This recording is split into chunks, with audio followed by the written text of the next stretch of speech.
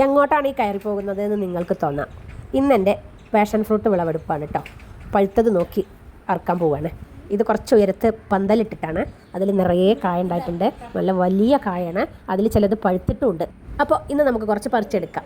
ഇത് കണ്ടോ, ഈ റെഡ് കളറുള്ള പാഷൻ ഫ്രൂട്ടാണ്.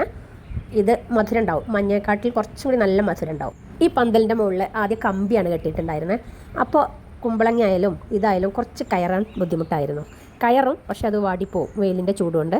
ഇപ്പം ഞാൻ ആ കമ്പി അഴിച്ചിട്ട് കയറ് കെട്ടിക്കൊടുത്തു. അപ്പോൾ അതാ സുഖമായിട്ട് പടരുന്നുണ്ട്. കുറച്ച് പടർന്നിട്ടുള്ളൂ, എങ്കിൽ കൂടി അതുമ്മേ എത്രയോ ഫ്രൂട്ട്സ് ഉണ്ട്. ഇനിയും പടർന്ന് ഈ പന്തൽ നിറയട്ടെ. പാഷൻ ഫ്രൂട്ട് നല്ല പോഷകമുള്ളൊരു ഫ്രൂട്ടാണ്. ഇത് നമുക്ക് ജ്യൂസ് ഉണ്ടാക്കി കുടിക്കാം, ജാം ഉണ്ടാക്കാം. അത് ഞാൻ അടുത്ത വീഡിയോയിൽ കാണിക്കാം.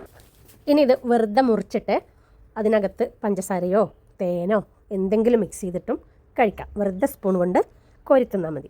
ഇതിൻ്റെ വിത്ത് ഒരു മരത്തിൻ്റെ ചോട്ടിലൊക്കെ ഇട്ടാൽ പെട്ടെന്ന് തന്നെ അത് മുളച്ച് ആ മരത്തിൽ കയറി നല്ല കായ ഉണ്ടാവും.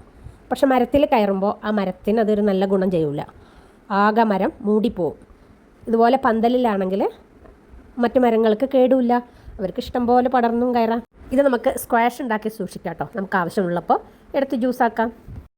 നമ്മൾ കുഴിച്ചിട്ട് നമ്മൾ നട്ട് നനച്ച് അതിങ്ങനെ പന്തലിലൊക്കെ കയറി പുഷ്പിച്ച് കായകളുണ്ടായി അത് പഴുത്ത് അത് നമ്മൾ തന്നെ അറുക്കുക എന്ന് പറഞ്ഞാൽ എന്തൊരു സന്തോഷമുള്ള കാര്യമാണല്ലേ. ഈ സന്തോഷം നിങ്ങളും ഒന്ന് അനുഭവിച്ച് നോക്കൂ, സൂപ്പറാവും.